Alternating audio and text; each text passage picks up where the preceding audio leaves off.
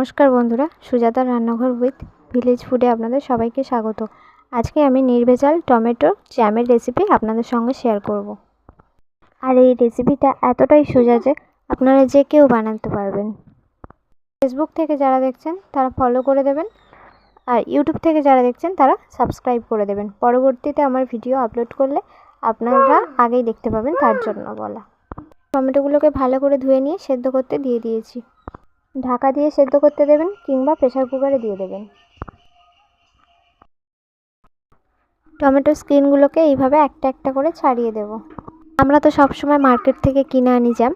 এই ভিডিওটা দেখার পর তখন আর মার্কেট থেকে কিনে আনতে ইচ্ছে করবে না, নিজের হাতে বানাতে ইচ্ছে করবে। আপনারা কোনো কিছুর সাহায্যে এইভাবে টমেটোগুলোকে চেপে নেবেন। চেপে নেওয়ার পর ছেঁকুনির সাহায্যে টমেটোর পিউরিগুলোকে চেপে চেপে ভালো করে বের করে নিতে হবে। টমেটো পিউরিটাকে বাটির সাহায্যে মেপে নেবেন, বাটি কিংবা কোনো কিছুর সাহায্যে মেপে নেবেন। যতটা টমেটো পিউরি হবে ঠিক তার হাফটাই চিনি দিতে হবে। আমি এখানে হাফ পাতি লেবুর রস দিয়ে দিয়েছি। এবারে খুব ভালো করে ফুটতে দিতে হবে, আর খুব সামান্য পরিমাণে একটু নুন দিয়েছি। ফুটতে ফুটতে দেখবেন গাঢ় হয়ে গেছে আর চিটচিটে একটা ভাব এসেছে। আপনার জ্যামটা রেডি হয়েছে কিনা সেটা চেক করার জন্য একটা পাত্রে একটুখানি দিয়ে সেটাকে পাশ করলেই বুঝতে পারবেন যে জ্যাম হয়েছে কিনা।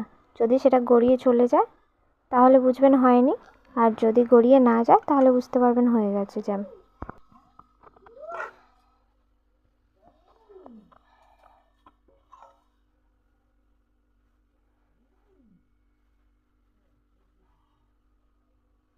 দেখুন বন্ধুরা, আমার জ্যামটা রেডি হয়ে গেছে। আমি নিচু করছি কিন্তু তবুও পড়ছে না।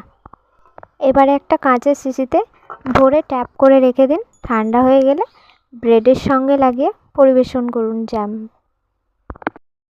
ভিডিওটি ভালো লাগলে সাবস্ক্রাইব করে দেবেন, আর জ্যামটা কেমন হলো কমেন্ট করে জানাবেন।